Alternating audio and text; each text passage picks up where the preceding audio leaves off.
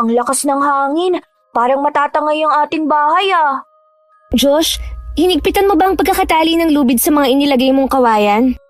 Opo ate, tsaka nilagyan ko pa ng lumang gulong ang bubungan para hindi basta-basta matangay ng hangin. Hindi pa nga tayo nakakabawi dahil sa konting nakukuha nating isda sa dagat nung nakaraang linggo. Nasalanta na naman tayo ng bagyo.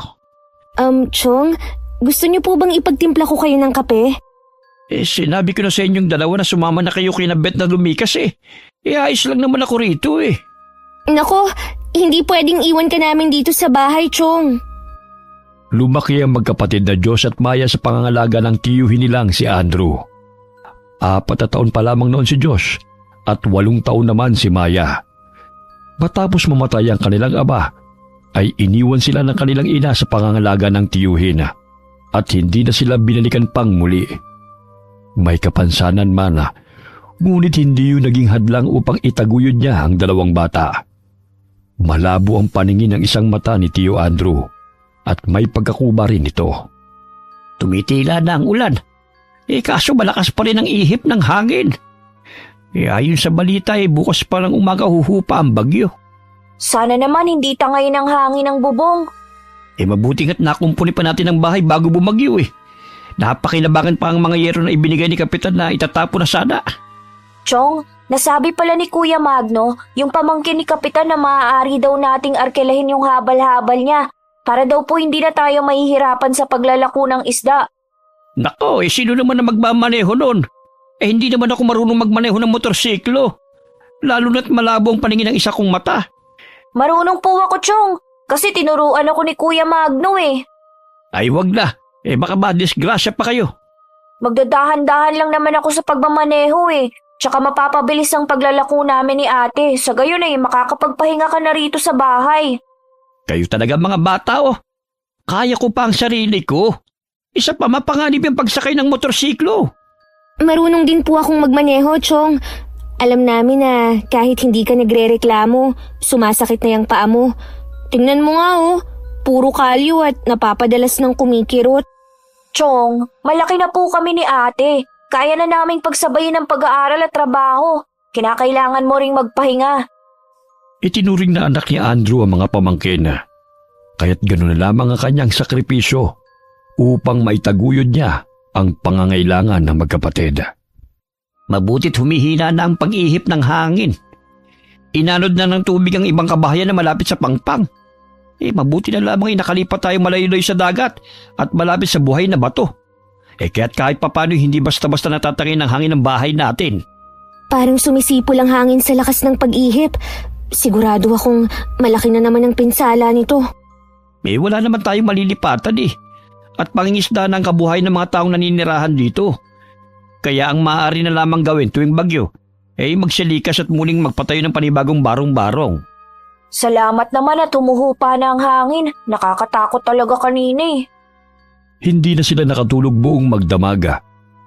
Kinabukasan nanlumo sila nang makita na maraming bahay ang nasira. Kaya kanya-kanyang kumpuni ang mga tao na naninirahan sa tabing dagat. Matumal na naman ang mga isda na makukuha natin ito.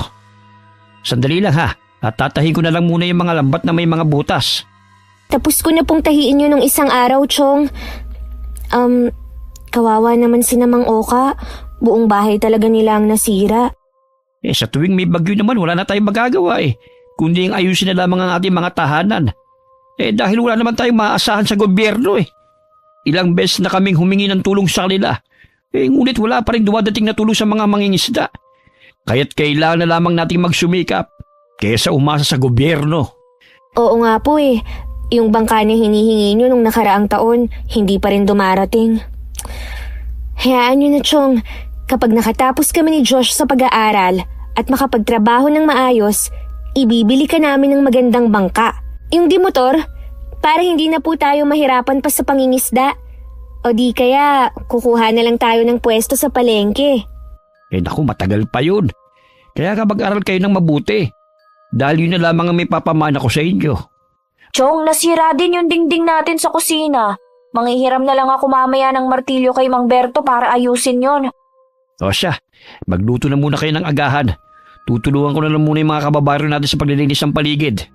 Sasama na po ako sa iyo, Chong. Si ate nang bahala sa pagluluto rito. Pinulot nila ang mga pawid at kahoy na kanilang nadadaanan. Maraming nasira na bahay na nakatayo sa tabing dagat dahil gawa lamang yun sa magaan na materyales. Ilang sandali pa'y dumating si Kapitan at ang asawa nitong si Aling Donna. May bitbit na isang malaking kaldero na naglalaman ng mainit na sopas. Parang may libreng pakain si Kapitan ah. Halika, Chong, humingi tayo ron. Mabuti pa yung si Kapitan eh.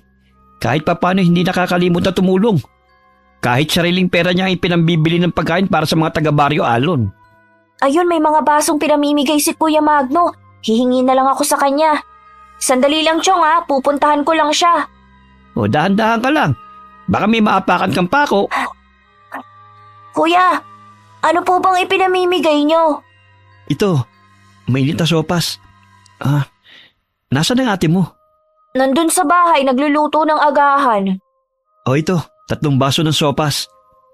Ipagpasalamat na lang natin na walang nasaktan o nasawi sa dumating na bagyo. Kahit na maraming bayang napinsala, maaayos pa rin naman natin yun.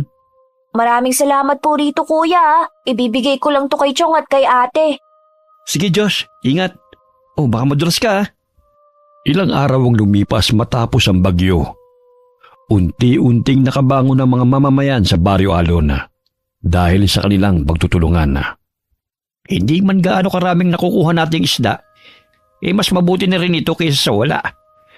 Ay nako, pati yung mga suki natin, lumipat na ng pinagkukunan ng isda. Dinig ko po kay Mang Berto, dinadagsa po ang kabilang baryo. Demotor ang bangka nila kaya mabilis silang nakakahuli ng mga isda. Bukod doon ay usap-usapan ang paggamit ng dinamita. Nako, kahit kailan hindi sumagi sa isipan ko gumamit ng dinamita. Babalik din sa ating mga taong perwisyo na idudulot sa kalikasan. Magiging malilit na isla ay mamamatay. Masisira din ang coral reefs.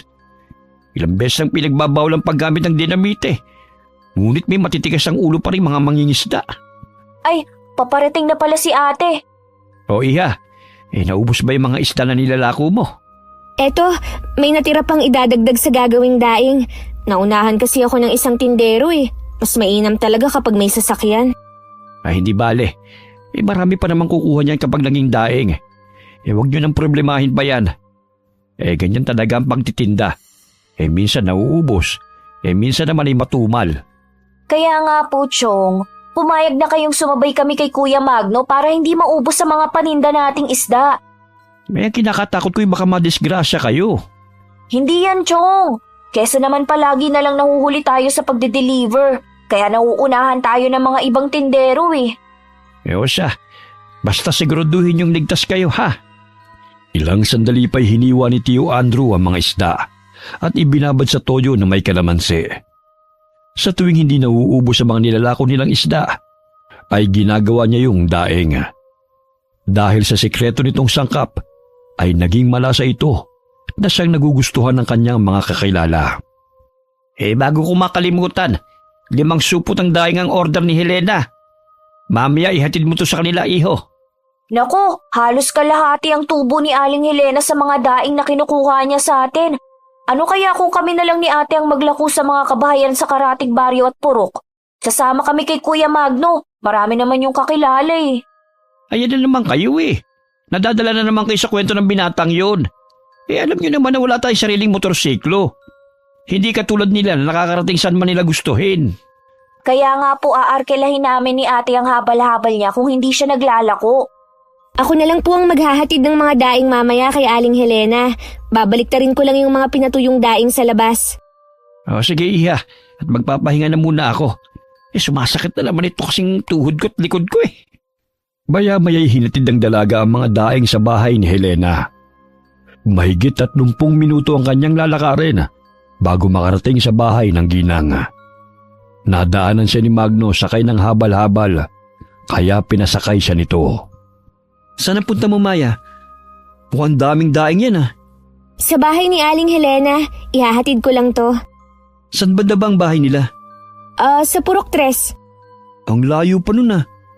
Ihahatid na kita. Ilang beses ko nang sinabi sa inyo na sumabay na kayo sa akin sa paglalako eh. Kayo rin na mahihirapan sa paglalakad. Tiyak na mauubos ka agad ang paninda nyo. Alam mo namang di kami pinapayagan ni Chong eh. Mas mapapadali ang pagtitinda nyo pagsakay ng motorsiklo. Gaya ko, oh. Nandyan lang ang 2 timba sa likod. Matumal pa naman ang bentahan dito sa ating nayon. Paunahan ng customer. Mas maganda magbenta sa lugar kung saan wala masyadong kompetensya. Lalo na sa liblib ng mga baryo. Ay, oo nga no. Alam mo minsan talaga, gumagana rin yung utak mo. Sa kaliwa ka dumaan. Malapit na tayo sa bahay ni Aling Helena. O di ba? Wala pang 15 minuto nakarating na tayo rito. Samantalang kung lalakarin, aabutin ka pa ng 1 oras. Tipid pa sa oras at pagod. Oo na, tama ka na nga eh. Wala pang 30 minuto'y nakauwi na kaagad si Maya sa kanilang bahay. Pangiting nagpaalam si Magno sa dalaga, habang kumikindat pa ito palayo. Abay, ang bilis mo naman ate ah. Nadaanan kasi ako ni Magno, kaya hinatid niya ako kay na Aling Helena. Mabuti nga yun eh, dahil hindi na ako nahirapan sa paglalakad. Alam mo ate, matagal ko nang napapansin na may lihim na pagtingin niyang si Kuya Magno sa'yo eh. Ang lagkit kasi kung makatitig sa'yo eh. Masyado kang malisyoso. Nasaan na si Chong? Andun sa loob, inihahanda ang mga daing na i-deliver niya sa palengke bukas. Tayo na lang ang maghatid nun ate. Makisakay tayo kay Kuya Magno para di na mahirapan sa paglalakbay si Chong papuntang bayan. Oo, pwede naman. Sinabi rin niya sa akin kanina na sumabay na raw tayo sa kanya. Parang may namumuong love team ah. Loko-loko, love team ka dyan. Tulungan mo na nga lang ako sa paglipat nitong mesa dahil hindi na naaarawan ng mga daing. Mabait at masipag naman si Kuya Magno. Kung manliligaw yun sa'yo, wag mo nang palampasin pa. Tsaka bihira lang sa lalaki ang walang bisyo ah. Wala pa sa isip ko ang magpaligaw no. Isa pa, pag-aaral muna ang kailangang unahin para naman makatulong tayo kay Chong Andrew.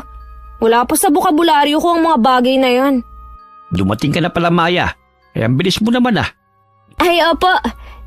Ito pala yung bayad ni Aling Helena. Sa susunod na linggo ay magpapadeliver ulit siya ng daing. Parang nagtatalo na naman kayong magkapatid. Ano bang problema? Wala ho, Chong. Ito kasing si Josh eh. Ang kulit. Parang narinig ko kanina ang boses ni Magno. Naparito ba siya? Ay opo Chong, hinatid kasi siya ni ate. Sinabi na sa'yo na mapapabilis ang pagdi-deliver ng daing at isda kapag nakisakay sa habal-habal ni Kuya Magno eh. Di ba ate? Ilipat mo na yung isa pang mesa para mainitan ng mga daing. Puro kakalokohan eh. O siya, kayo na muna magbantay sa mga binilad. Pupunta na ako kay Berto. Sige po, Chong. Gamit ang pinulit na plastik na inilagay sa dulo ng patpat, ay tinataboy ng binatilyo mga langaw na siyang umaaligid sa mga binilad na isda. Nakakainis naman tong mga langaw. Kahit anong gawin ko, hindi pa rin umaalis. O Diyos, bakit sa lubong na naman yung kilay mo? Kaharap lang naman yung mga daing ah. Ang dami kasing mga langaw, ayaw magsialisan eh. Sana naman ba ang punta mo? Diyan lang kila Mang Oka. Tamang-tama. May dala akong insenso rito. Nirekomenda ng suki ko. Ito yung ginagamit niyang pantaboy ng mga insekto. Pati lamok at ibis daw ay namamatay kapag sinindihan to. Talaga, kuya? Hindi ko pa naman nagagamit. Sindihan mo nga kung epektibo. Sandali at kukuha lang ako ng posporo. Nandyan ba yung ate mo? Oo, bakit? Wala naman. Kanina lang magkasama kayo eh. Tapos hinahanap mo na siya agad. Gusto mo tawagin ko? Hindi na. Kumuha ka na lang ng posporo para masindihan na natin tong insenso. Kung mabisa nga ba sa pagpatay ng mga langaw. Naku kuya ah. Napapansin ko napapadalas ang paghahanap mo kay ate. Bakit hindi mo ako diretsuhin na may gusto ka kay ate Maya? Psst! Hinaan mo nga yung boses mo. Mamaya marinig ka ng ate mo eh. Baka di na ulit sumama sa akin yun. Mataray pa naman yun. Oh, ito ng posporo kuya. Huwag ka mag-alala. Andun siya sa loob ng bahay nagtutupi ng mga damit. Sinindihan ni Magno ang insenso matapos na iabot ni Diyos sa kanya ang posporo. Umusok ito at humalimuyak ang kakaibang bango ng insenso na may lemon scent. Tignan mo kuya, nagsilaglaga ng mga langaw na kanina pa'y nagliliparan. Abay gumagana nga ang incense stick. Panalo to ah. Bibili ako kay Ginoong Tan kapag nakapag-deliver ulit ako sa kanya ng daing. Filipino-Chinese kasi yun eh. Pero alam mo ba Josh? Bukod daw sa pantaboy ng insekto, ang insensong to, nagtataboy din ito ng masasamang elemento at enerhiya. Katulad din ba to sa insensong ginagamit ni Mang Paeng na pantaboy sa mga aswang at itim na elemento? Siguro. Parehong insenso lang naman yun eh. Kaso pinasosyo lang ito at pinabango. Magkano ba to kuya? Bilhan mo nga rin kami para hindi na ako mahirapan sa pagpapaypay ng mga binilad para itaboy ang mga langaw. Nakakangalay sa braso eh. Oh, sa inyo na tong isang karton. 20 pirasong naman yan. Kaso nga lang, mga 5 hanggang 10 minuto lang siguro tumatagal. Tapos napupudpud na kagad matapos na masindihan. Mas mainam na to kaysa magpaypay. Isang piraso pa lang ang nasindihan, ang dami ng bumabagsak na langaw oh. Hanep naman ito. Nagtatawa na ng dalawa habang nagkukwentuhan. Lumabas ng bahay si Maya upang tignan kung sino ang kausap ng kapatid. Napasinghap siya nang makita si Magno na gumugulo sa buhok ng binatilyo. Kahit papano'y naging mag-aangang loob nila sa lalaki dahil tinutulungan sila nito upang mapadali ang kanilang mga gawain. Ayan na pala si ate, kausapin mo na. May kailangan ka ba sa akin, Magno? Ay, wala naman. Napadala lang naman ako rito para subukan itong insenso na ibinigay ng suki ko.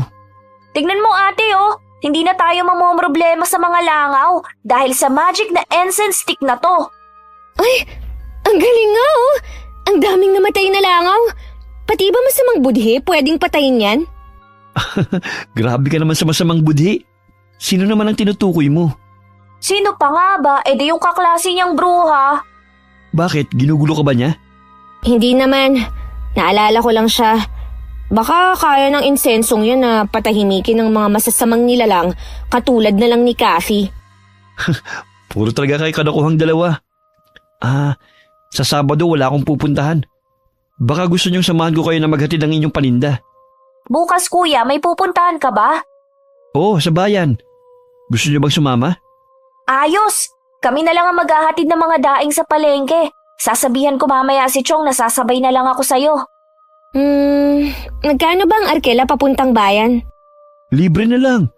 Baka gusto niyo sumabay na lang palagi sa akin. Para naman mabilis na maubos yung mga daing na paninda niyo. Minsan kinukulang pa nga yung mga islang tinitinda ko eh. At tagahanap talaga yung mga tao ng daing para matagal nilang maiimbak. Hulog ka talaga ng langit sa amin, kuya! Okay lang, Josh. May payakap ka pa talaga sa kanya. Kung gusto mo, ikaw na lang yumakap sa kanya. Nagsiselos ka yata eh. She, loko-loko ka talaga. Bantayan mo yung mga daing, hindi yung kung ano-ano ang pinagsasasabi mo. Diyan na nga kayo. Napatakip ng bibig si Magno dahil pigil ang kanyang pagtawa sa sinabi ng binatilyo. May pagkapilyo ito at madalas na tinutukso ang kapatid sa kaibigang binata. Ikaw talaga, inasar mo na naman ang ate mo. Kita mo na sumalubong na naman ang kilay nun. Hayaan mo siya. Basta kuya sasabay ako sa paglalako sa'yo. Pudpud na tong tsinelas ko sa paglalakad, hindi ko pa napapalitan. Tsaka 1 buwan na lang magpapasukan na. Wala pa kaming pambili ng mga notebook. Huwag kang mag-alala, akong bahala sa inyo. Isa pa, pwede ko kayong ipasyal sa magagandang tanawin na hindi nyo pa napupuntan sa liblib na baryo. May nadaanan ako nung nakarang araw. Ang gaganda ng mga nakatanim na mga bulaklak at mga puno. Sigurado ako na magugustuhan doon ng ate mo. Sus, si ate na naman ang bukang bibig mo. Di ba ako ang sasama sa'yo? Siyempre naman isasama rin natin siya. Alangan tayo lang ang mamasyal.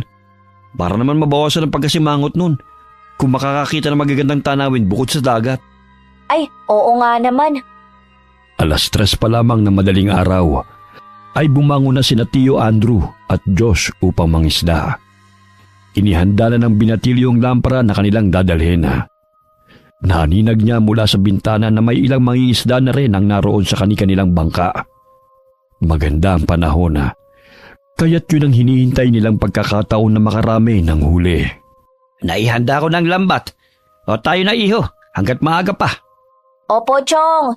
Nakikita ko na rin si Mang Berto na nauna pa sa Pampang. Maya, isarada mo mga pinto at bintana ha. Alis na kami ng kapatid mo. Sige po, Chong. Mag-iingat kayo. Nag-umpisa ng magsagwan si Tio Andres at Josh upang makarating sa malalim na parte ng dagat. Itinapon ni Tio Andres ang lambat sa tubig at naghintay sila ng ilang minuto bago hilahin muli yun. Mukhang ang dami nating nahuli na isda, Chong. Ang bigat ng lambat oh. Sige, sabay nating hilahin ang lambat. Ay, ganyan lang ito nangyari Ilang minuto pa lang parang napuno na ito ng isda. Oo nga po, Chong. Pero may naririnig ka ba na parang may humihikbi? Sandali, parang malapit lang dito. Bilisan na lang natin ang paghila sa lambat. Pagbilang ko ng 3, sabay po nating hilain. 1, 2, 3, hila! Nagulat ang magtsuhena nang maninig na tila malaking isda ang kanilang nahuli. Bagamat kalahating isda at may katawan ng isang tao, may palikpik ang mga tenga nito at may kaliskis ang balat. Tila maihalin tulad sa 3 taong gulang na bata ang laki nito. Chong, hindi isda ang nahuli natin, kundi parang kataw. Shh! Huwag kang maingay. Kailangan natin siyang ibalik sa dagat bago pa may makakita sa kanyang ibang mangingisda. Sigurado ako na isa siyang batang kataw na naligaw sa karagatan. Nakakatakot man ang kanyang mukha dahil sa matatalas niyang ngipin, pero mababanaag ang pangamba sa kanyang reaksyon. Nilalang ng dagat, huwag ka matakot sa amin. Hindi ka namin sasaktan. At sana huwag mo rin kami sasaktan. Ibabalik ka namin sa tubig. Ngunit siguraduhin mo makakauwi ka ng ligtas upang hindi manganib ang buhay mo sa ibang mangingisda. Chong, tignan mo parang naiintindihan ka niya. Totoo nga ang kinukwento noon sa amin ni Amang tungkol sa nakita niyang kataw. Ngunit walang naniwala sa kanya noon at tinawag siyang baliw. Dahil sa dami ng mangingisda rito, wala pang nakakita ng kataw. Subalit ngayon ay nasisiguro kong hindi nababaliw si Amang. Sandali lang at tatanggalin ko lang ang lambat na nakapulupot sa kanya. Huwag kang matakot sa amin. Hindi ka namin sasaktan kaibigan mo kami. Matapos na tanggalin ng binatilyo ang lambat, ay tumalon patungong tubig ang nahuli nilang kataw at nagsimula ng lumangoy palayo. Bagamat napansin ni Diyos na bumalik ito at kumapit sa kanilang bangka, inilahad nito ang makaliskis na palad. Wari nangungusap ang mga mata nito habang nakatitig sa binatilyo. Chong, tingnan mo umiilaw ang maliliit na bato sa kanyang palad. Iyan na siguro yung mutya ng perlas na sinasabi noon ni Amang na kusang ibinibigay ng mga nilalang sa dagat. Kunin mo, Diyos, dahil tandayan ang pasasalamat niya. Wala bang masamang mangyayari sa atin kung kukunin natin to, Chong? Ang pagkakaalam ko, mahiwaga ang batong yan. Sige na, kunin mo na, bago pa may makakita sa batang kataw na yan. Kinakabahang kinuha ng binatilyong kumikinang na perlas na kasing laki ng Holena. Ilang sandali tumango-tango ang batang katawa at napangisip pa ito kay Diyos bago lumangoy palayo sa kanilang bangka. Mag-iingat ka, kaibigan! Huwag ka magpapahuli sa ibang tao, Itago mong batong ibinigay niya sa'yo dahil maraming tao magkaka-interest dyan. Noong panahon pa ni Amang, sinasabi niya na tanging mga manggagamot lamang ang nakakaalam tungkol sa bisa ng batong yan. Maraming hiwaga na pumapalob sa perlas na yan. Sandali, mukhang bumibigat na naman ang lambat natin Baka kataw na naman ang nakapasok. Hilahin natin, ang bigat na naman. Chong, ang daming isda Naku, swerte tayo ngayon. Punong-puno ang mga banyera. Umuwi na tayo, iyo. Sadyang mabait ang kataw na ating natulungan. Chong, parang may naaaninag akong 3 ulo na lumilitaw. Ayun Marahil sinundo na siya ng kanyang mga magulang. Hindi ako makapaniwala na totoo pala ang mga kataw. Hindi lang siguro sila nagpapakita sa mga tao dahil sasaktan sila o di kaya ay pag-aralan. Ayon kay Ama, naninirahan sila sa pinakailalim na bahagi ng dagat kaya hindi sila natatagpuan. Siguro namasya lang ang batang kataw kaya nakarating siya rito. O siya, tulungan mo na ako sa pagsasagwan para makauwi na tayo. Bago mag-alas 6 ng umaga ay nakarating na sila sa Pampanga. Walang pagsidlan ng tuwa ang magtiyuhin dahil puno ng isda ang kanilang banyera. Maging ang mga kasamahan nilang mangingisda sa Barrio Alon ay nagkaroon ng pag-asa dahil sa dami ng nahuli nilang isda. Tignan mo, Chong, pati si Mang Oka at Mang Berto ay marami ang huli. Yun ay dahil sa nilalang na nasa dagat. Kapag mabuti ka sa kanila, ay susuklian ka rin nila ng kabutihan. Kaya nga ipinagbabawal sa lugar natin ang gumamit ng mga dinamita upang mapanatili ang kagandahan ng dagat. Oo nga po Sana tuloy-tuloy na po ito. Sa dami ng isda na nahuli ng mga mangingisda, ay muling nabuhay ng loob ang mga taong naninirahan doon, sapagkat ilang linggo nang matumal ang kanilang huli. Ilalako na lang namin ni ate ang natitirang mga isda. 2 balde pa kasi ang natira oh. Mabuti naman bumalik na yung mga suki natin at sa atin kumuha ng isda na tinitinda nila sa palengke. Chong, hindi ako makapaniwala na ang dami niyong nahuli ngayon. Ang saya po ng mga mangingisda, oh. Ay, sinabi mo pa. Malaking biyaya ng Diyos at kalikasan ang dumating ngayong araw. Kaya ipagpatuloy lamang natin ang kabutihan sa ating mga puso. Nakapagluto na po pala ako ng almusal. Tayo na, Chong. Ako na ang magdadala ng 1 balde. Matapos na makapag-almusala, ay nagsimula ng maglakbay ang magkapatid patungo sa Karatig Barangay. Nadaanan sila ni Magno, kaya pinasakay sila nito sa motorsiklo. Akin na nga yung mga balde. Hindi pa kayo nakakarating sa pupuntahan nyo, pagod na kayo. Isa pa, hindi ito mauubos dahil sa maraming ang naglalako rito. Kaya doon tayo magtitinda sa liblib na baryo. Baka naman delikado ang lugar na yan. Huwag kayong mag-alala. May kakilala akong suki ron, si Aling Rima. Minsan na siyang bumili ng isda sa akin. Panghuling supot ng paninda ko. Sinabi kasi niya sa akin na hatiran ko raw sila ron. Marami pang mga tao sa sitio Santolan. Saang lugar na naman yun? Sumakay na lang kayo para lalarga na tayo. Basta siguraduhin mong mauubos ang mga isda namin, ah. Sus, wala kang tiwala sa akin eh. Kinukulang nga yung mga paninda ko eh. Sumakay ka na kasi. Ang dami mong pantanong eh. Sa gitna ka na ate, matatakutin ka pa naman. Yakapin mo ng mahigpit si Kuya Magno para hindi ka mahulog. She, kung hindi lang talaga mabigat yung balde, hindi ako sasama sa inyo. Tsaka baka naman maglakwatsa lang kayo kung kayong dalawa lang. Kumapit kayo na mabuti ah. Alis na tayo. Naglako sila ng mga isda sa mga kabahayan.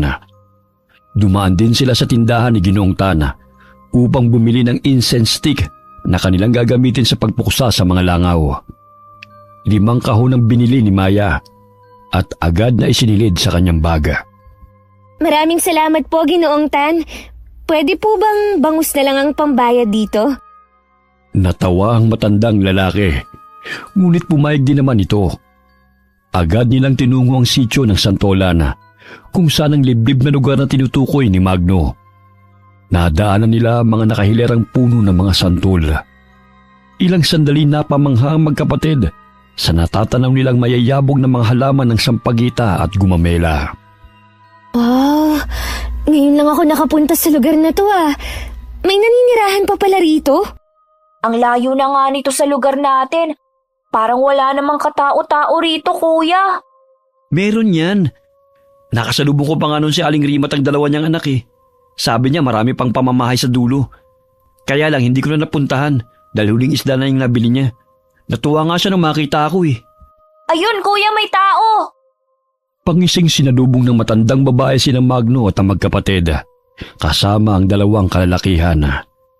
Nakangiti man, ngunit matalim na nakatitig ito sa kanila, na animoy nananabik na makakita ng ibang tao. May bit-bit silang mga basket na gawa sa yantok dahil yun ang kanilang tinitinda. Magandang umaga sa inyo mga bata. Mabuta't napagawi kayo rito sa aming lugar. Magandang araw po, Aling Rima. Kagaya po ng sinabi ko, babalik po ako para dalhan kayo ng mga isda. Maging yung mga kababaryo nyo. Ikaw ba yung binata na pagbilhan ko noon? Mabuti naman naalala mo pa ako. Oo. Marami pa akong mga kasamahan dito. Tsak na bibili ang mga yon. Sumama kayo sa amin. Kahit hindi nyo na po kami samahan, mukhang may pupuntahan pa rin po kayo eh. Huwag kang mag-alala. Ihahatid lang namin ang mga basket na to sa mga kasamahan namin. Lalagyan kasi nila ng prutas sa gagawing piging eh. Tamang-tama ang pagdating ninyo dahil may pandagdag sa handaan. Ay, ano po bang okasyon? Anibersaryo ngayon at may gaganaping kasal bukas. Napamangha ang magkapatid sa ganda ng kapaligiran. May hanging bridge pa silang madaraanan, kaya't nagdalawang isip si Magno na dumaan doon sakay ng motorsiklo. Malayo pa ho ba yung mga kabahayan dito, Aling Rima? Hindi naman masyado. Mahigit 20 minuto lang naman ang lalakarin at makakarating na tayo sa mga kabahayan. Parang ginuhit ang mga magagandang tanawin dito, no? Hindi pa nadidiskubre dahil liblib na lugar na dito. Oo nga kulang na lang may lumabas na zombie sa kakahuyan, kagaya ng napapanood ko sa TV. Ay, nako. Umiiral na naman yung imahinasyon mo. Ang isipin mo, may isang balde pa ng isda tayong ititinda. At kung paano ito mauubos. Huwag mong alalahanin yan, Ineng. Dahil pagdating natin sa munti naming komunidad tsak na dudumugin yung mga isda ninyo. Sapagkat bihira lang nakakakain ng isda ang mga taga rito. Anong kinakain nyo rito, Manang? Gulay at prutas. Minsan naman karne ng mga naliligaw na mga hayop sa gubat. Iniwan ni Magno ang motorsiklo sa lilim ng puno. Dahil napansin niya sa tuwing umiihip ang malakas na hangin, ay tila sumasayaw ang hanging bridge. Itinago niya ang susi sa bulsa at binitbit na lamang ang isang balding isda na natira. Hindi may paliwanag ni Diyos ang paninindig ng balahibo habang sumusunod sa matandang babae at 2 lalaking kasamahan nito. Napansin din niya na may munting liwanag na tumatago sa kanyang bulsa. Hindi siya nagkakamali na nagmumula yun sa batong mutya ng perlas na ibinigay sa kanya ng katao. Bakit biglang kuminang kaya ito? Tapos namamatay-matay din na animoy na pupunding ilaw. Josh, yung flashlight ng lighter mo umiilaw Ha? Oo nga pala. Nakalimutan kong patayin. Napansin rin pala ni ate ang tumagos na liwanag sa aking bulsa. Pero tsaka ako nasasabihin sa kanyang tungkol sa batong ibinigay ng kataw kung kaming 2 na lamang. Pumitas na mga dahon ng binatilyo at isinilid yun sa zipper nitong bulsa ng maong na shorts. Sa gayon ay matakpan nito ang liwanag na nagmumula sa perlas. Ate, tignan mo ang mga tao. Ang tatalim nila kung makatingin. Siyempre, kinikilatis nila tayo Naninibago sila sa atin. Oh, nandito na tayo. Sandali at tatawagin ko lang ang mga kasamahan namin para naman makatikim din sila ng sariwang isda. Sila pala ang gumagawa ng mga duyan at basket na nakikita kong binibenta sa bayan. Bata pa lamang ay marunong na Ang galing nila. Ate, parang may nararamdaman akong kakaiba sa lugar na to. Matapos nating maibenta ang mga isda, umalis na kaagad tayo rito. Ayan mga kasama. Dinala na tayo ng sariwang isda ng mga bago kong kaibigan. Bumili na kayo. Malalaki po yung mga bangus na tinitinda namin. Tsaka mura pa. Sulitin nyo na hanggat narito pa sila. Dahil minsan lang tayo makakatikim ng sariwang ulam. Napalunok ng sariling laway si Josh nang marinig ang sinabi ng matandang babae. Wari tumindig ang mga balahibo niya sa katawan dahil napansin niyang napangisi ito ng nakakaloko habang palipat-lipat ang tingin sa kanilang tatlo. Bahagyang nagulat si Maya nang amoy-amoyin siya ng 2 dalagita na tumabi sa kanya. Nalalanghapan niya ang hininga ng mga ito kaya napatakip siya ng ilong. Nakakapanibago naman ng mga tao rito. Parang mga aso na inaamoy-amoy ako. Siyempre, amoy isda ako ngayon Maraming salamat po, Aling Rima, at sa mga kasamahan nyo dahil naubos to mga paninda namin. Sa susunod na linggo naman po kami makakapaglako rito. Sige po, alis na ho kami. Teka. Maaari nyo ba kaming saluhan sa aming pagdiriwang, bukod kasi sa gaganaping kasalan bukas ng aking pamangkin, ika-100 anibersaryo ng aming samahan ngayong araw. May inihanda kaming konting salo-salo. Halina kayo. Huwag kayong mahiya dahil kayo lang naman ang aming mga bisita rito. Tsaka na lang po, Manang. Malayo pa po kasi ang aming pinanggagalingan Baka gabihin kami sa daan. Nako, kayo naman. Minsan lang kami magkaroon ng bisita sa baryong to Kaya itinuturing namin na espesyal kayo. Isang karangalan sa amin na magkaroon ng hindi inaasahang bisita sa mismong anibersaryo ng samahan. Nagagala kaming naparito kayo dahil ang ibig sabihin nun, Magiging matatag pa ang aming kapatiran. Marami pa po kasing gagawin sa bahay. Tsaka hindi alam ni Chong na malayo ang aming pinuntahan. Sandali lang naman hindi naman kayo magtatagal. Ihahatid din namin kayo sa labasan mamaya. Kahit ayaw nilang manatili roon, ay gano'n na lamang ang pagpupumilit ni Aling Rima. Ipinakilala pa nito sa mga bisita ang dalawang ikakasal. Ito pala ang pamangking kong si Alan at ang magiging asawa niyang si Tina. Hello po. Magandang araw. Grabe naman, sila yung ikakasal. Ang tanda ng lalaki tapos yung babae parang kaedad mo lang ate Shh! Huwag kang maingay. Mamaya marinig ka nila Hindi na po kami magtatagal, Aling Rima. Maging ako'y hinihintay na rin po ni Tiyo dahil kukumpunihin pa namin yung bangka Maaga pa naman iho. Sandali at ikukuha ko kayo ng mga prutas. Siguradong magugustuhan niyo ang mga yon. Pinaupo ng ginang ang tatlong panauhin sa kawayang silya sa tapat ng mesa. Pinalilibutan ng mga dahon ng nyog ang paligid. Pahiwatig na may okasyong magaganap. Ate, kuya, ang weird ng mga tao rito. Umalis na tayo dahil kinikilabutan na ako Tayo na, Magno.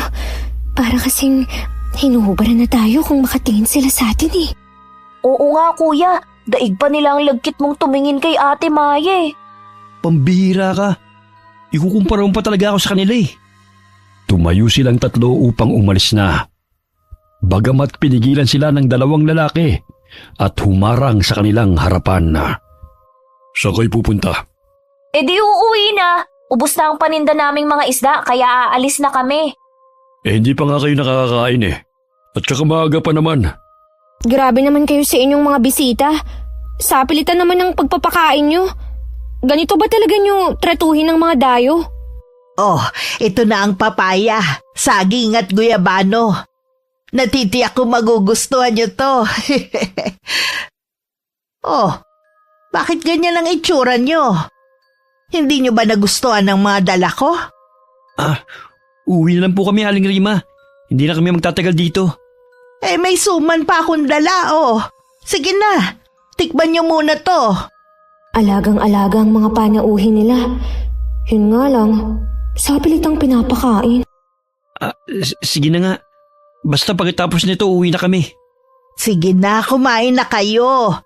Alam kong malayo pa ang inyong nilakbay patungo rito Walang nagawa ang tatlo kundi ang kumain na lamang.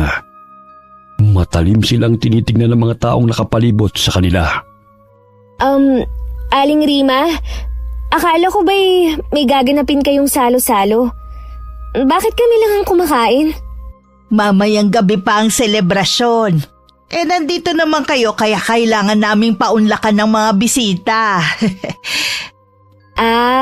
Ganun pala. Maghuhugas lang po muna ako ng kamay. Nasaan ba ang poso nyo? Nandun lang sa likod bahay, iho. Tinungo ng binatilyo ang poso kung saan itinuro ng ginang. Naghugas siya ng kamay. Hanggang sa maninaw niya sa siwa ng kawayang dingding ang isang lalaki na naghihiwa ng isda sa kusina. Pambihira, kinakain niyang sariwang hasang ng isda. Nakakadiri, hindi nga sila pangkaraniwang tao. Kailangan kong sabihan sina Kuya at Ate Maya.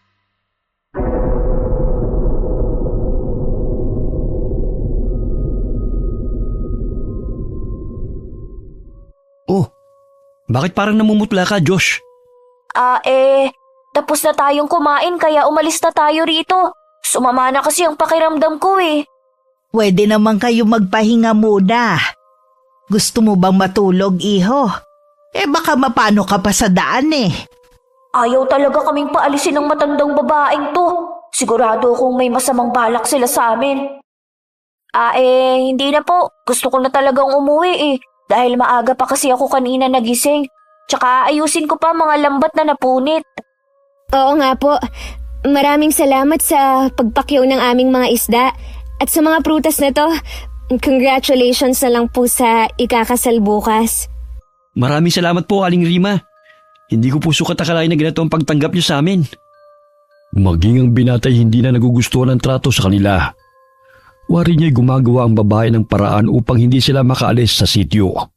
Bagamat naglakas loob na silang lumakad palayo, kahit na inaanyayahan pa sila ng matandang babae na ipasal sa lugar na yun.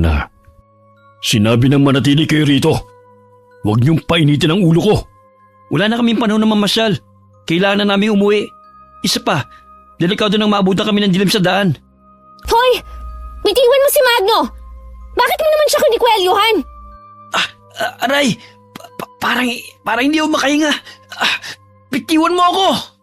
Tibor, wag mo naman saktan ang ating mga panauhin. Tignan mo, natatakot na sila sa'yo. Pagpasensyahan nyo na lang ang anak ko, ha? Mainitin lang talaga ang kanyang ulo eh. Ihatid ko na kayo, mga anak. Mas mabuti pa nga po, Aling Rima. Baka kung ano pa pong gawin ng anak niyo kay Magno eh. Magnobyo ba kayong dalawa? Ha? Ay, hindi po. Hindi ko nobyo yung si Magno. Magkaibigan lang po kami. Ganun ba? Pagdating nila sa bandang tulay, ay napansin nilang nasira ito. Hindi na nila magawang makadaan dahil naputo ng lubid na dumudugtong doon. Ano nangyari sa tulay? Bakit naputol? Naku, nasira na naman ang lubid na dumudugtong sa tulay. Pambihira naman oh. Kung kailan may mga bisita doon pa nasira. Kanina lang ay matibay pa naman Paano nasira ang tulay? Ito talaga ang madalas na problema namin. Siguro may mga tao na naman napadaan at pinutol ang lubid. Madalas kami na pagdidiskitahan rito eh. Huwag kayo mag-alala. Kukumpunihin yan ni Tibor. Ang lalim pa naman ng ilog. Parang bangin na nga ang babagsakan pababa eh. Paano na kami makakauwi nito? Ayun, may tao nga sa kabila oh. Mukhang sinadyangang putulin ng tulay. O siya, bumalik na muna kayo sa bahay. Dahil mamaya o bukas pa yan maaayos eh. Wala talaga magawa ang mga taong naninirahan sa kabundukan kundi ang mamerwisyo. Paano na tayo makakauwi nito? Tsak na inihintay na tayo ni Chong. Hindi pa naman niya alam kung saan tayo pumunta. Kailangan nating gumawa ng paraan upang makalayo rito. Sa palagay ko may ibang daan pa naman siguro upang makalabas sa lugar na to. Aling Rima, madalas bang sinisira ng mga taga-bundok ang tulay? Oo, ilang beses na nilang pinuputol ang lubid eh. Wala na po bang ibang daan bukod sa tulay na yan? Ay naku, wala na. Bumababa talaga ang mga kasamahan namin para idugtong ang tulay na yan. Pahirapan man pero nagagawa naman ng paraan. Di bumaba na lang tayo para makarating sa kabila. Ang lalim ng bangin at rumaragasapa pa ang tubig sa ilog. Sadyang mapanganib. Pagpabukas nyo na lang ang pag-uwi at makukumpuni rin ang aking mga kasamahan ng tulay. Napabuntong hininga na lamang ang dalaga dahil sa pagkayamot. Nangungusap ang mga mata ni Magno, ngunit hindi naman siya sinisisi na magkapatid kung bakit naantala ang kanilang pag-uwi. Pasensya na kayo, Maya. Nang dahil sa akin, naabala pa kayo. Huwag mong sisihin ang sarili mo dahil hindi mo naman ginusto na maputol ang tulay eh. Maging alisto na lang tayo dahil pakiramdam ko kasi sadyang pinipigilan ang pag-alis natin dito. Aling Rima, maaari bang kumpuni na lang ngayon ng tulay? Tutulong po ako. Naku anak, pasensya ka na ha.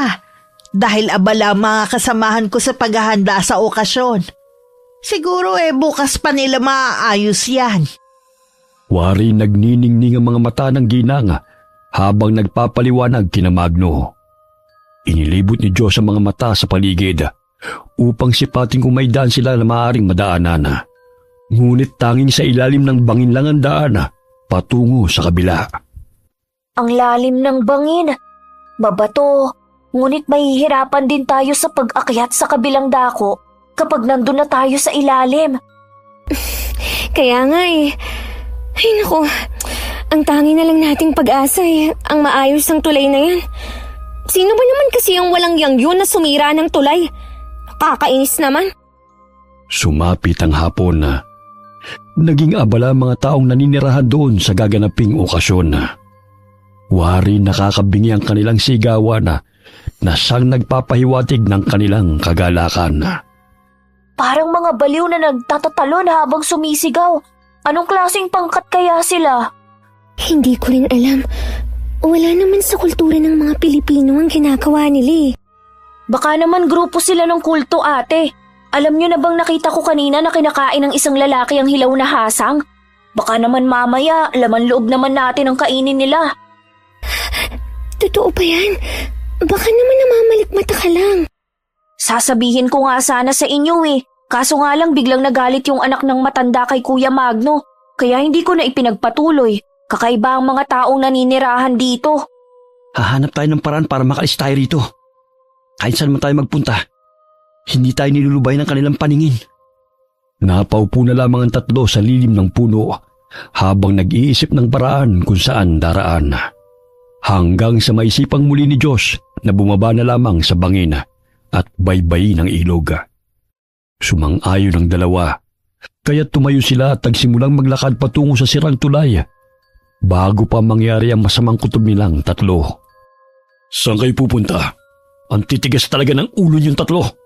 Sinabi na ngang manatili kayo rito eh. Bakit ba ayaw nyo kaming paalisin? Wala kang pakialam kung gusto na naming umuwi. Nang umapa kayo sa lupang ito, nagbigay na kayo ng pahintulot na pagmamay-ari na namin kayo. Walang sino man na nakakalabas sa baryo. Anong pinagsasasabi mo, ha? Hindi nyo kami pagmamay-ari. Kaya pwede ba? Hayaan nyo na kami. Huwag mo akong hawakan! Ano ba? Malalaman nyo lang yan pagdating ng takdang oras. Mga kasama, italin nyo na sila! Aray! Saan nyo kami dadalhin?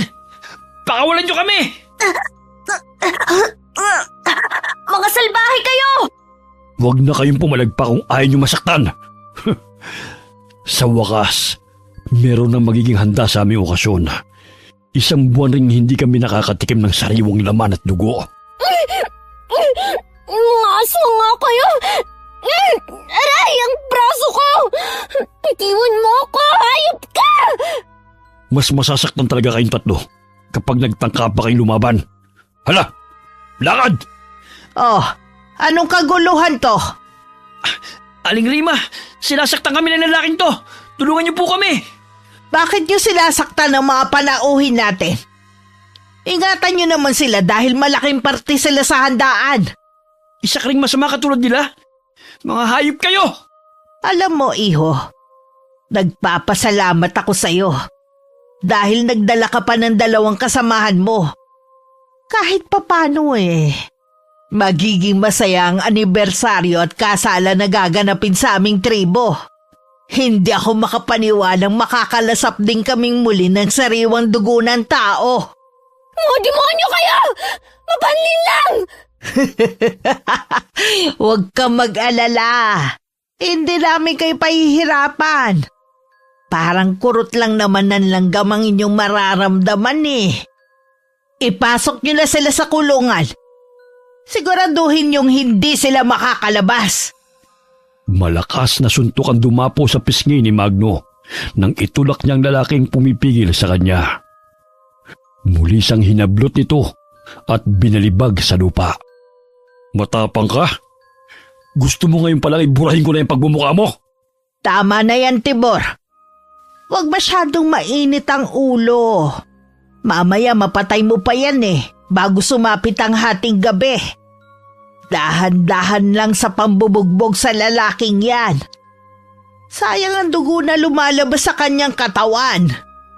Kinaladkad nila ang 3 bihag patungo sa kulungan. Kinandado nila ang pinto upang masiguro na hindi makakawala ang mga ito. Walang iya sila. Gagawin pa tayong panghanda sa kanilang okasyon. Josh, tanggalin mo ang lubid na nakatali sa aking kamay. Diba may lighter ka dyan? Sunugin mo yung tali. Wala, ate. Pero may posporong kasama sa mga insensong binili mo kay Ginoong Tan. Sandali at kukunin ko sa iyong bag. Nagsikip naman, Tito. Wala pa silang mas malaking kulungan. Patawarin niyo ako dahil ako nagdala sa inyo sa lugar na ito. Hindi ko rin kasi alam na mga aswang sila. Huwag mo nang isipin pa yan, Magno. Kailangang makaalis tayo sa lugar na to bago pa tayo katayin ng mga aswang na yun. Ito na ang posporo. Nakuha ko na. Sandali at sisindihan ko na yung lubid na nakatali sa kamay mo, ate. Dahan-dahan lang. Baka masunog pa tayo. Andan sa ng kwartong ito? Siguro marami na silang dinala ng mga biktima rito. Sinabi mo pa. Oh, akin yung kamay mo, Josh. Kakalagan na rin kita. Hindi ako makagalaw ng maayos. Sindihan natin yung insenso mamaya. Dahil pantaboy rin niya ng masasamang enerhiya. Maaari din sigurong panlaban niya sa masasamang nilalang na katulad nila. Oo nga pala. Marami-rami to. Sana makatulong sa atin. Ayan! Nakalas ko ng mga tali sa pa ako. Kakalaga na kita, kuya. Shh! May paparating. Huwag kayong magpapalata na wala na kayong tali. Narinig nila ang mga yabaga, kaya't saglit silang napahinto sa pagbubulungan. Napangisip pa ang lalaki habang tinitignan nito ang mga bihag. Aba, yung babait niyo naman pala eh. Kailangan lang talaga na ikulong kayo para tumahimik. Huwag kayo mag-alala. Malapit na magsimula ang pagdiriwang. Magiging bayani rin naman kayo eh. Dahil marami kayong mapapasayang tao. Muling sinarado ng lalaki ang pintuan at agad na umalis. Ipinagpatuloy ng binatilyo na kalagan si Magno, kaya't nakakagalaw na sila kahit papano sa masikip na silid na yun. Josh, kung wala kang talang lighter, ano yung umiilaw sa bulsa mo kanina? Mutsang perlas yun. Ibinigay ng kaibigan kong Kataw. Kataw? Paano nangyari yun? Totoo ba sila? Ito, binigay niya sa akin ng pakawalan ko siya. Hindi namin inaasahan ni Chong na papasok siya sa lambat habang kami nangingisda sa laot. Sabi pa ni Chong, mahiwaga raw ang mutyang ito. Ngunit hindi ko naman alam kung paano gamitin at kung matutulungan nga ba tayo nito ngayon. Itago mo yan, Josh. May kinuwento na sa amin si Lola tungkol sa mutya ng perlas na yan. Ayon kay Lola, may liligtas kanya sa panganib, lalo na sa karagatan o saan mang may anyong tubig. Paano kung sa lupa? Tulad ngayon na nanganganib ang buhay natin. Hindi ko alam eh. Ngunit magkakaroon ng kakaibang lakas ang pinagkalooban ng mutya na ibinigay ng mga Kataw. Napakaswerte mo, Josh, dahil nagkaroon ka niyan. Akala ko nun sabi-sabi lang yan eh. Pero totoo pala yan. Ang ganda ng perlas. Nagliliwanag ang kulay asul at berde na may halong pula sa gitna. Kakaiba nga yan. Oo nga eh. Mabuti na lang hindi ito nahulog dahil may zipper tong bulsa ko. Binalot ko nga sa dahon para matakpan ang pagliliwanag nito. Itago mo na yan. Baka makita pa ng mga aswang. Ano na nga bang nangyayari sa mundo? Kuta ng aswang ang napuntahan natin. Tapos may kaibigan kang Kataw. Ay, naku. Hindi ko na talaga maintindihan kung totoo ba to o nananaginip lang ako. Hindi ka nananaginip. Totoong narito tayo sa lugar ng mga aswang. At maya-maya lang ay pagsasalusaluhan na nila ang mga laman natin. Napakahirap naman tanggalin ang kadena na nakapulubot sa pinto. Wala tayong susi kaya hindi natin mabubuksan ang kandado. May hairpin ako. Itong gamitin mo para mabuksan ang kandadong yan. Baka naman kumana. Ang talino mo, ate ah. Kaya pilib sa'yo si Kuya Magno eh. Dahan-dahan lang para hindi tayo makalikha ng ingay. Mamaya, bumalik ang mga lalaking yun. Sandali lang. Sisilipin ko muna kung may bantay. Baka mapurnada pa yung gagawin natin eh. Mula sa butas ng pintuan ay sinilip ni Magno kung may tao sa labas ng silid. Wala siyang nakitang bantay. Kaya't agad niyang sinimulan ng pagbukas ng kandado gamit ang hairpin. Ilang minuto rin niyang pinagpatuloy yun hanggang sa tumagaktak ang pawis sa kanyang noo at nakaramdam na siya ng pangangalay sa kanyang mga braso. Ilang sandali pa'y may narinig siyang pumitik at napagtanto niyang nabuksan niya ang isang kandado. Ayan, nabuksan ng isa. Pero may isa pang kandado. Konting tiis na lang. Makakalabas na rin tayo rito. Susubukan kong magsindi ng incense stick mamaya para malaman natin kung takot nga ang mga aswang dito. Ayan, nakalas ko ng kadena. Walang bantay kaya dahan-dahan lang ang paglalakad para hindi na tayo makita. Ang dilim na pala. Sobrang ingay nilang magdiwang ng okasyon. Maglalagay ako ng incense stick dito. Tingnan natin kung epektibo nga ba to na panlaban sa kanila. Doon tayo sa mayayabong na halamang magtago habang nagkakasiyahan pa sila. Ate, kuya, papalapit si Aling Rima. Malalaman nilang nakatakas na tayo. Shh! Huwag na nga kayong maingay. Naaninaw nilang tatlo na may daladalang palakulang dalawang lalaki na kasama ni Aling Rima. Pangisipang tinatahak ng mga ito ang daan patungo sa kulungan. Ilang sandali narinig nilang malakas na sigaw ng matandang babae. Ah! Nasaan na ang mga bihag? Timor, natakasan tayo! Hindi mo na naman hinigpitan ng kandado? 2 kandadong inilagay ko sa kadena. Nasisiguro kong hindi nila mabubuksan yon. Ngunit paano kaya sila nakawala? Hanapin niyo sila! Sigurado kong hindi pa nakakalayo ang mga yon at wala naman silang madadaanan pa. Minsan na nga lang tayo makakatikim ng karne ng tao na katakas pa. Hala, hanapin niyo sila! Tatanga-tanga na naman kayo eh! Opo, Inang. Anong amoy yun? Bakit ang baho at nakakahilo? Hanapin niyo nga yun! Parang naninikip ang dibdib ko! Ang sakit ng ulo ko. Parang masusuka pa ako. Nagsiksikan ng tatlo sa halaman habang tinatanaw ang mga kalalakihan at si Aling Rima na hindi mapakali sa labas ng maliit na bahay na ginawang kulungan. Humahangos ang ginang dahil sa paninikip ng dibdib nito sa amoy ng insensong inilagay ni Maya sa likod ng pintuan. Umalis na tayo rito bago pa nila tayo mapansin. Dahan-dahan lang. Doon, sa kakahuyan. Baka may daan palabas sa lugar na to. Sandali lang. May taong naglalakad. Magtago muna tayo sa puno. Pigil hininga ang tatlo habang nagkukubli sa punong kahoy. Pasipul-sipul pa ang lalaki hanggang sa lumampas ito sa kanila. Nagpatuloy sila sa lakad-takbo nila hanggang may mapansin silang bahay. Sumilip si Joe sa bintana upang sipatin kung anong meron doon. Namilog ang kanyang mga mata nang mapansin ang nakahigang matanda sa papag. Pinapahira ng langis ng babae ang buong katawan nito. Ate, kuya, tingnan nyo. Parang kalansay na yung matanda. Ngunit gumagalaw-galaw pa to.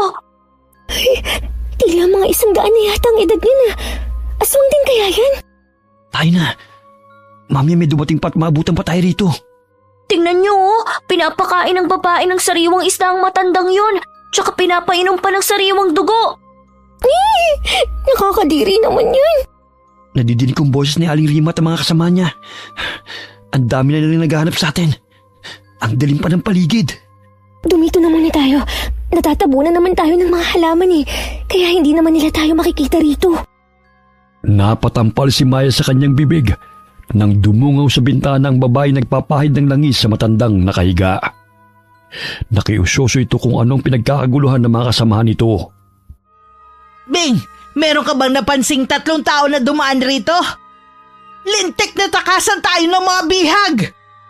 Umiling-iling ang babae at muling bumalik sa higaan ng matandang lalaki. Ipinagpatuloy nito ang pagpapainom ng sariwang dugo sa matanda. Pigil ang paghinga nilang tatlo habang nagkukubli sa mga halaman. Hanggang sa gumalaw si Magno dahil kinaagat ng mga langgam ang kanyang paa. Ano ba, Magno? Bakit ang likot-likot mo? Mamaya, mapansin nilang nandito tayo eh. Pinapapak ako ng langgam. Hindi ko na kaya. Tiisin mo na muna. Konti na lang at makakalampas na sila rito. Hindi ko na talaga kaya. Baka mamaya umabot pa ang mga langgam sa itlog ko. Pati puwet ko ang kati-kati na. Aray, ang kati! Aray! Magno, nakita nila tayo! Ayun sila! Hulihin nyo! At huwag nang hayaang makatakas pa! Takbo! Oh! Animoy isang matsing na nagkakamot habang tumatakbo palayo si Magno.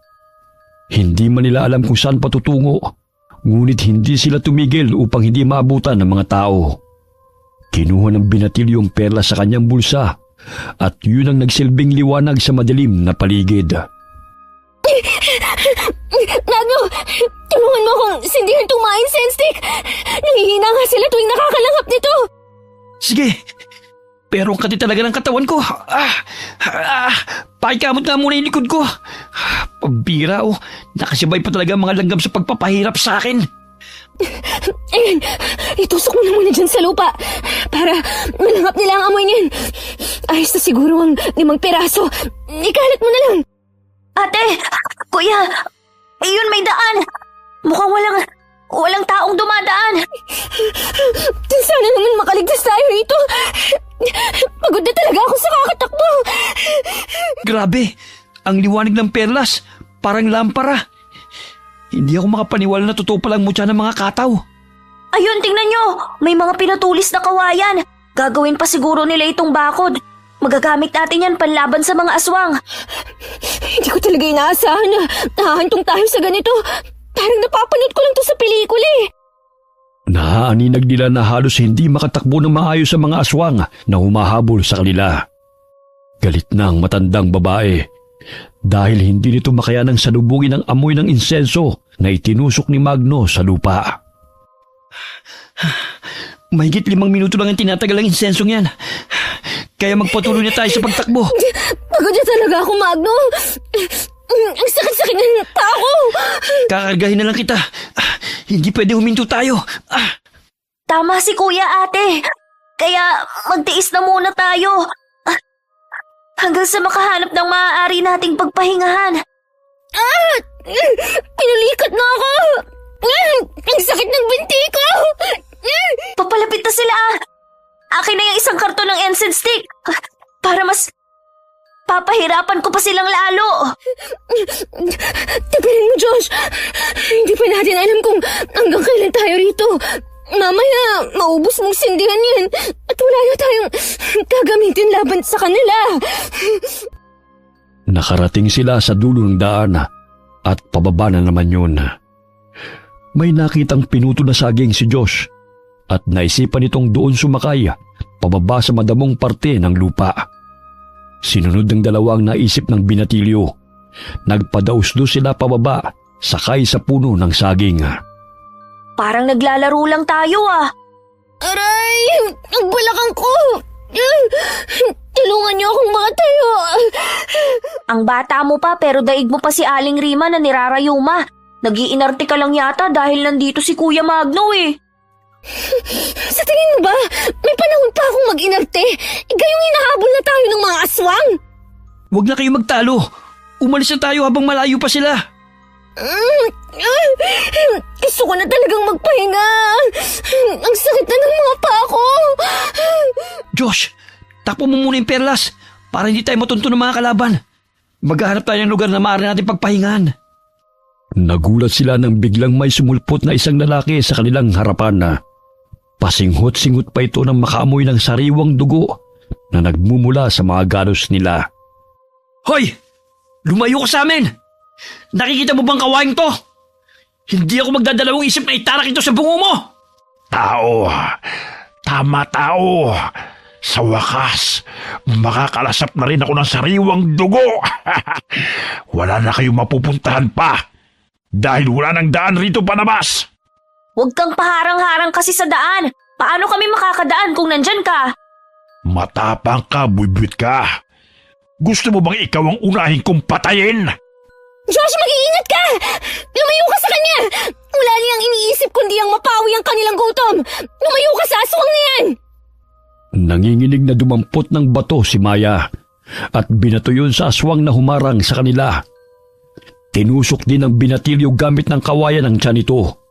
Dahilan na napatras ang aswang at malakas na pumalahaw. Yeah! Gutom na nga ako. Bubutasin mo pa ang tiyan ko. Tarantado kang bata ka. Ikaw ang tarantado! Naantalang pagtakas namin dahil sa'yo! Ay! Wala namang ganyanan. Ang sakit ng pagkakahampas mo sa ulo ko. Hayop ka. Mahuli lang kita. Uubusin ka ang dugo mo hanggang sa mamutla ka. Magno! Mag-iingat ka! Naku! Ang tatalim pa naman ng ngipin ng aswang na yan! magsisindi ulit ako ng incense stick. Tingnan ko lang ang tapang ng isang yan. Anong mabahong amoy na yan? Nakakahilo! Grabe ka bantot ng kilikili ng lalaking to! Ang sakit sa ilong ko! Ayan kuya, parang nahihilo na siya. Sige, patayin mo na! Papatayin? Naku, parang hindi ko kaya, Josh. Aswang siya, hindi natin pwedeng buhayin dahil papatayin din nila tayo. Itali lang natin siya dyan sa puno. Hindi ko pa talaga kayang pumatay. Dahil sa paghampas ng kawayan sa ulo ng aswang, kasabay ng usok ng insenso na nalalanghap ito, ay unti-unting nawalan ito ng malay. Pinagtulungan ng tatlo na itali ito sa puno gamit ang mga baging at mga talahib. Baka naman makatakas pa siya riyan, ha? Ayahan na natin siya. Ang importante nakatali na siya. Mahirapan din siya makawala. Tayo na hanggat may panahon pa. Sobrang nakakatakot naman ang paligid. Animoy may mga matang nakatingin sa atin, ha? Josh, halika rito. Tumawa ka sa akin. Hindi pwedeng magkalayo tayo. Parang hindi lang tayo narito sa gubat. Wari ko'y may mga umalig sa paligid. Hindi kaya sinaaling Rima na yon? Shh! Huwag kayo maingay. Wari ko'y meron pang mga aswang sa itaas sa mga puno at palipat-lipat pa sila. Magno, ano nang gagawin natin? Dito na muna tayo magtago sa mga talahib. Tingnan mo, parang mga lasing na pasuray-suray sila sa paglalakad, oh. Magsisindi ulit ako ng insenso para naman tuluyan na silang manghina. Huwag na muna. Matutunto nila tayo kapag ginawa mo yan. May naisip akong paraan, ate kuya. Ililigaw ko sila. Maglalagay ako ng insenso doon banda para doon sila maghanap sa atin. Hindi pwedeng magkahiwalay tayo. Paano kung mahuli ka nila? Ikalat na lang natin sa loob ng gubat ang mga incense stick para mahirapan sila masundan tayo. Parang itong palatandaan nila kung saan tayo napapadaan eh. Nilalabanan lang nila ang amoy. Gets ko ang ibig mong sabihin. Sige na, magsindi ka na ng 10 piraso at ikalat natin sa daan. Hindi na nakayanan ng ibang mga aswang ang amoy ng insenso na nalalanghap. Kaya't karamihan sa mga matatandang aswang ay nawalan ng malaya habang naghahanap sa loob ng gubat. Nakikita niyo ba yun, kuya? Bumubulagta ang mga kasamahan nila sa lupa. Kahit hindi natin sila sinusugod. Napaka-effective naman itong produkto ni Ginoong Tan. Mabuti ka't naisipan ng ate mo na bumili ng marami. Sa tingin ko naligaw na natin sila. Doon tayo banda dumiretso. Aray! Ang sakit ng pako! May tumusok na matulis na kahoy sa binti ko! Saan kayo pupunta? Dugo. Gusto ko ng sariwang dugo. Maawa ka sa akin, Ining. Ipainom mo na sa akin ng sariwa mong dugo. Naga! Josh! Tulungan niyo ako! May aswang na humihila sa baka! Aray! Bitawan mo ang ate ko! Hayop ka! Pakiusap. Gusto kong makatikim ng sariwang dugo. Ang tagal ko nang hindi nakakainom. Kaya pagbigyan niyo na ako. Pinipilit ng matandang lalaking aswang na bumangon mula sa damuhan. Bumulagta ito dahil sa matinding pagkahilo, dulot ng amoy ng insenso na kumalat sa gubat. Bagamat nagawa pa nitong saksakin ng pinatulis na kawayan ng binti ni Maya, dahilan na magtamo ito ng sugat. Dahil sa galit, hindi na napigilan ni Magno ang sarili na ibaon ng pinatulis na kawayan sa kalabang aswang ng paulit-ulit. Bitiwan mo si Maya, hayop ka! Lumayo ka sa kanya! Aray! Dugo! Gusto ko ng dugo! Tigas ng bungo mo ah! Bitiwan mo na kasi si Maya! Kuya, napatay mo siya! Parang mapipigtas na ang kanyang leeg sa ginawa mo! Nakayanan mo nang pumatay ng aswang! Ay, oo nga. Umalis na tayo rito. Baka nandyan na yung iba pa nilang mga kasamahan. Magno!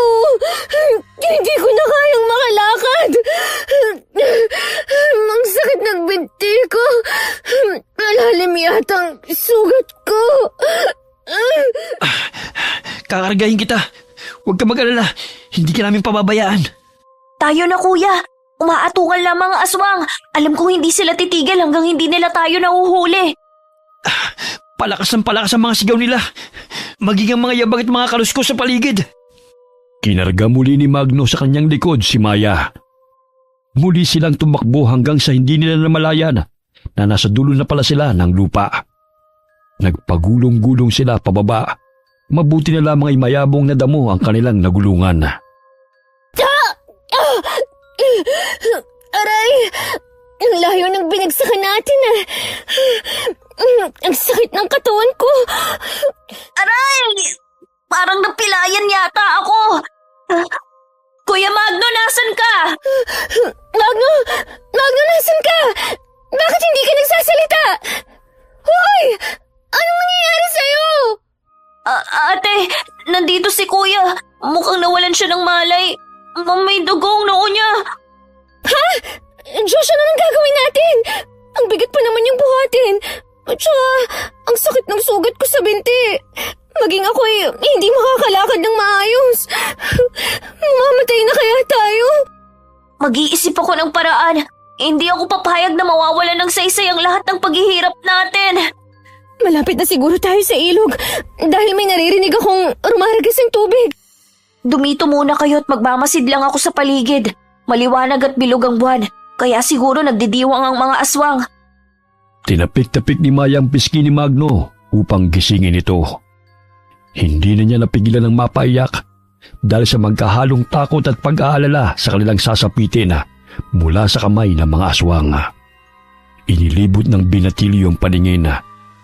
Naninong niyang nakababa na nga sila kung saan naroon ang kabahayan ng mga aswang. Bagamat batid niyang malalim ang tubig sa ilog. Hindi pa rin kami makakatawid sa kabilang dako dahil malalim ang tubig. Sana naman ay may tumulong sa amin para makaalis na kami rito. Hindi ko na alam ang gagawin ko. Kinuha ni Diyos ang mutya sa kanyang bulsa habang nagsasalita. Pumatak ang kanyang luha patungo sa perlas, kaya't muli itong lumiwanag ng nakakasilaw. Ilang sandali na aninag niyang may mga aswang na papalapit sa kanilang kinaroroonan at nagpadaus-dus na rin pababa. Ayun sila! Wala na silang matatakbuhan pa! Kaya hulihin na ninyo ang tatlong yan! Anong nakakasilaw na liwanag na yun? Bakit parang ang sakit sa mata? Eh di flashlight! Sige na! Tulungan mo ang mga kasamahan natin! Nang sa gayon ay masimulan na ang handaan! Josh, nasaan ang posporo? Nandito na ang mga aswang. Sindihan mo na ang incense stick upang lumayo sila. Hala, nasa na kaya ang posporo? Nabitawan ko siguro kanina nung mahulog kami. Aray! Bitiwan niyo ako! Pakiusap! Saan niyo dadalhin si Magno? Ang titigas ng mga bungo ninyo ha! Patayin itong kasama mo! Kaya wala na itong silbi sa inyo! Bitawan niyo sila! Hindi ako papayag na maging handa sa piging niyo sina ate! Josh?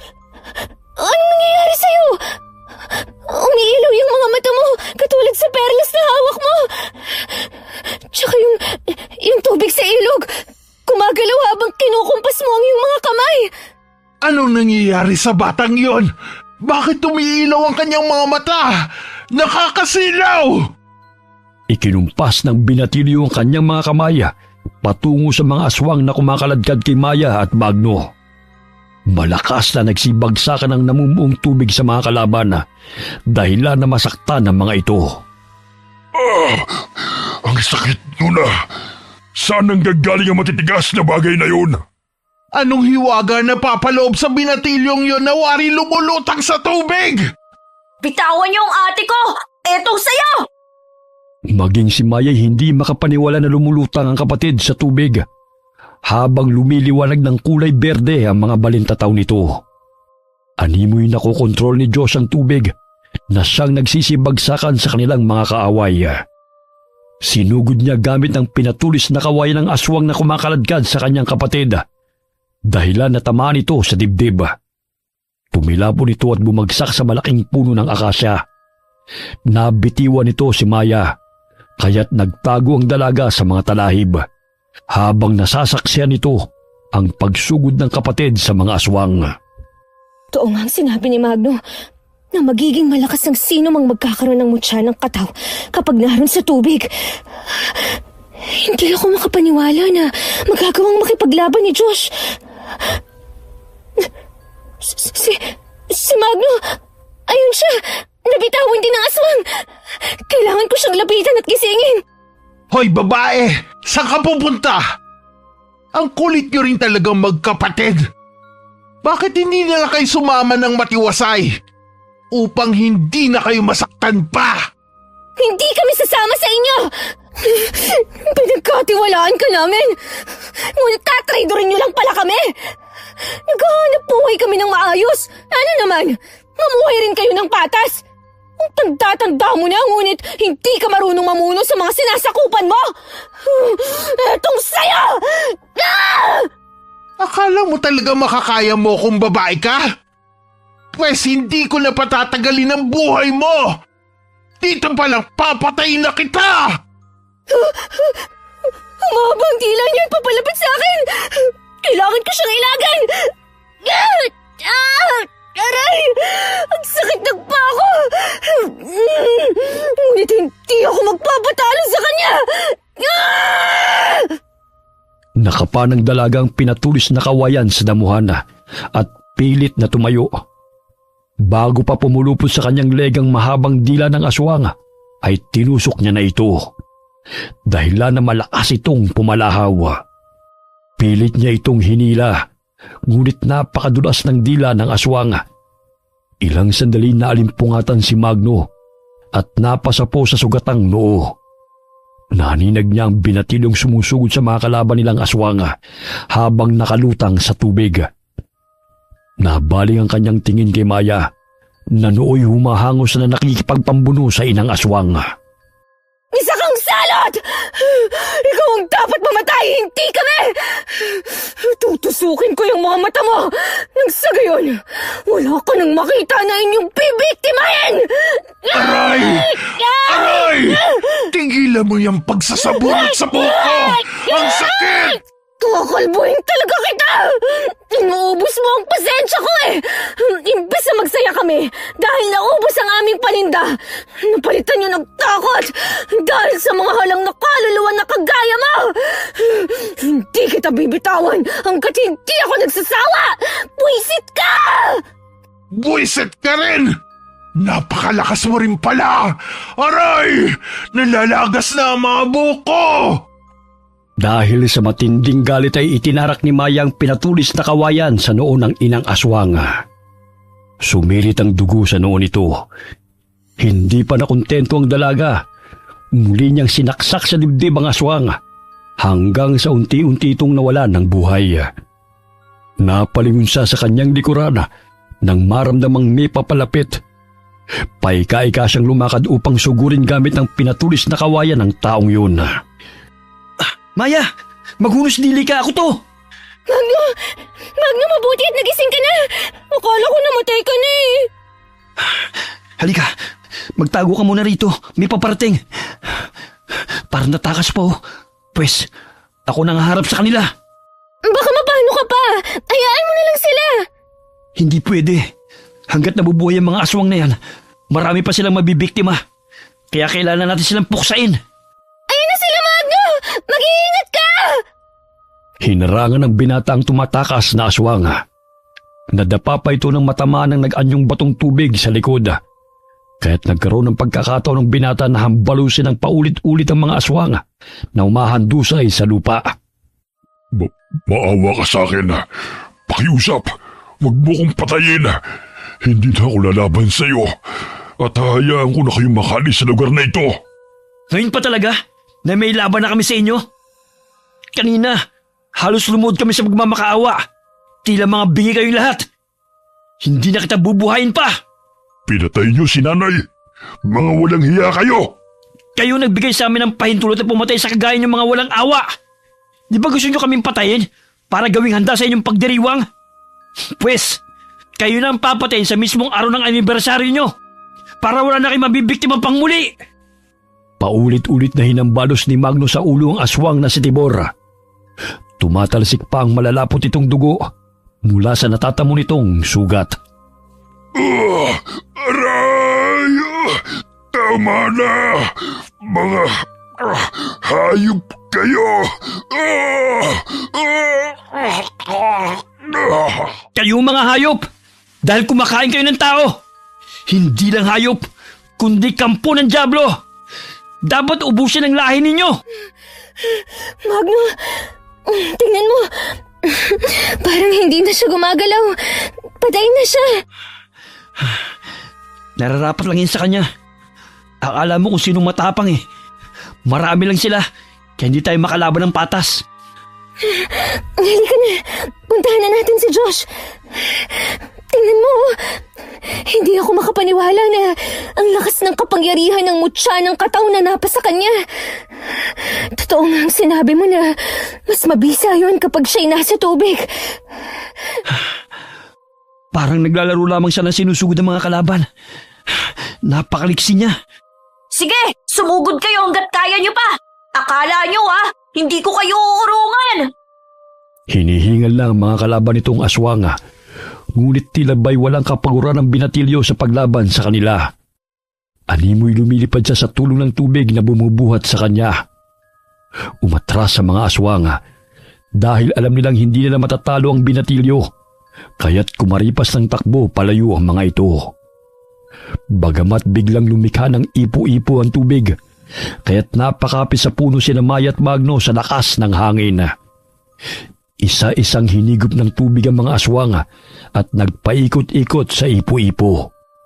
Kuwari may sariling kamay ang tubig na siyang humahablot sa mga kalabang aswang. Ayan! Mag-enjoy kayo sa pag-ikot. Tsak na magugustuhan nyo yan. Ito pala ang bisa ng perlas na ibinigay ng batang kataw. Ang galing naman! Josh, mag-iingat ka! Baka madala ka ng ipo-ipong yan! Huwag niyo akong alalahanin, ate! Kontrolado ko ang tubig! Nakakakilabot ang panaghoy ng mga aswang. Unti-unti silang nalulunod. Ngayon lang ako nakasaksi ng ganito kahiwagang pangyayari. Huy, basta ipangako mo na huwag mong ipagsasabi ang tungkol sa mutya na ibinigay ng kataw sa kapatid ko. Tsak na dudumugin kami ng mga tao at maaaring manganib ang buhay ni Josh. Kahit hindi mo man sabihin, pananatilihin kong sikreto ang lahat ng nalalaman ko. Siyempre, ayoko namang mapahama kayo. Lalo na ikaw. Ay, dapat lihim lang natin to, no? Tingnan mo, parang humihina na yung ipo-ipo at unti-unting nanunumbalik ang tubig sa ilog. Ilang sandali tinapo ng tubig ang mga bangkay ng mga aswang, kaya't sumampa ito sa mga talahib at sa mga kahoy. Nalunod ang mga ito dahil sa lakas ng ipo-ipo. Dali-daling nilapitan ni Maya ang kapatid upang suriin kung ayos lang ba ito. Josh, ayos ka lang ba? Baka tayo naman ang lulunurin ng tubig. Hindi yan, ate. Hindi ako makapaniwala na nakokontrol ko ang tubig. Ang galing kaya. Tignan nyo, unti-unti nang nawawala ang nakakasilaw na liwanag na nagmumula sa perlas na to. Talagang isa tong mutya, ayon na rin sa sinabi ni Chong. Parang bumabaw ang tubig. Hanggang tuhod ko na lang, oh. Kanina ang taas pa niya na. Maaari na tayong makatawid sa kabilang dako. Paano naman tayo makakaakyat? Ang taas-taas pa naman, oh. Ayun, may mga tao. Mga aswang din kaya sila? Parang mga Aita. Subukan nating humingi ng tulong sa kanila. Nagkaroon ng pag-asa ang tatlo nang marinig ang tinig ng lalaking katutubo. May lubid itong binaba upang tulungan ng tatlo sa pag-akyat. Mauuna na akong umakyat para siguraduhin na hindi nga sila kalaban. Gamitin mo kayang kapangyarihan mo para makaakyat tayo. Parang di na gumagana eh. Di ba gumagalaw ang tubig kapag itinaas ko ang aking kamay? Siguro nagigising lang ang kapangyarihan ng mutya sa oras ng panganib. Parang may expiration din, ah. Sige na, umakyat ka na para makaalis na tayo rito. Sa tingin ko may mga aswang pang nagkukubli sa gubat, pero takot lang na lumapit sa atin. Nang makarating sa itaas na bahagi si Josh, sinalubong siya ng grupo ng mga Aita. Nagtulungan ang mga ito sa pag-alalay sa lubid na nakatali sa puno. Sumunod sina Maya at Magno. Ay, sa wakas, nakarating din tayo rito. Ate, hindi nga sila mga aswang. Nasaan ang motorsiklo ko? Iniwan ko lang dito ah. Ay oo nga, paano na tayo makakauwi? Baka naman kinuha ng mga aswang. Patay tayo dyan. Ang layo-layo pa naman ang baryo natin. Tila nabunutan ng tinik sa dibdib si Magno nang mapansin na hinihila ng isang Aita ang kanyang motorsiklo. Inakala ng mga ito na pagmamayari yun ng mga aswang, kaya't naisipan nilang itago. Mabuti na lang, hindi sinira ng mga walang hiyang mga aswang na yun. Kung nagkataon, alay lakad talaga ang gagawin natin. Ang sakit pa naman ng paa ko. Ngayon ko lang ulit naramdaman ang pangangalay sa katatakbo natin. Inanyayahan ng mga katutubong Aita ang tatlo sa kanilang bahay. Nagdalawang isip si Maya sa takot na aswang na naman ang kanilang sasamahan. Bagamat nagpausok ng kamangyan ng pinakamatandang Aita upang siguraduhin na hindi sila aswang, kundi sila ang kalaban ng mga aswang ng sityong yun. Napag-alaman din nila na mga Aita ang pumutol sa tulay upang hindi na makalakbay ang mga aswang palabas ng tinitirahan ng mga ito. Inanyayahan ng mga katutubong Aita ang tatlo sa kanilang bahay. Nagdalawang isip si Maya sa takot na aswang na naman ang kanilang sasamahan. Bagamat nagpausok ng kamangyan ng pinakamatandang Aita upang siguruhin na hindi sila aswang, kundi sila ang kalaban ng mga aswang sa sityong yun. Napag-alaman din nila na ang mga Aita ang pumutol sa tulay upang hindi na makalakbay ang mga aswang palabas ng tinitirhan ng mga ito. Mabuti naman makakapagpahinga na tayo. Bukas ng umaga na lang tayo umuwi. Ay, dami mga lamok. May natira pang incense stick. Sandali, sisindihan ko lang. Tignan mo ate oh, hindi sila nabahuan sa incense stick na yan. Kumpirmadong hindi nga sila aswang. Makakatulog na tayo nito. Medyo bumuti ang pakiramdam ko dahil ginamot din ng mga kaibigan nating katutubo ang sugat ko. Hindi na masyadong kumikirot. Good night ate, kuya. Inaantok na talaga ako. Mahimbing na natulog ang tatlo sa bahay ng mga katutubong Aita na tumulong sa kanila. Kinabukasan, matapos nilang mag-umagahan, ay agad na silang nagpaalam sa kanilang mga kaibigan. Nilakbay nila ang daan palabas sa liblib na lugar sa Sitio Santolan. Bit-bit ang karanasan na muntik na silang maging handa ng mga aswang. Okay, sana po nagustuhan niyo yung kwento natin ngayon. Shout out po tayo kay Maricel Escobin from Hong Kong. Shout out kina Emma Alcontin de la Cruz and Berto Macapagal from Bacoor, Cavite. Hi kay Maria Consuelo Benitez. Hi kay Elizabeth Pamintuan from Pampanga. Hi kay Zachary Saranillo from Cebu. Hi kay Florencio Libres from San Policarpio. Shout out kina Billy Ray, Jenny May, and Ray Buendia from Luce Buendia ng Nueva Ecija. Kamusta po kayo? Shout out kina Tom, Maricel, Maki, Miko at Mariel at sa Magsino family from Pasig. Kamusta po kayo? Hi kay Marisa Sagadal from Calbayog, Samar. Hi kay RG Kalipay ng Calbayog City, Samar. Hi kay Rosette Ersando. Shout out sa Saligumba family from Pasay. Hi kay Cliven Dubalan. Hi kay Junior Sera Matote ng Tuguegarao City, Cagayan. Shout out sa Palanas family from Dasmariñas, Cavite. Alright, maraming salamat po sa inyo and God bless all of you.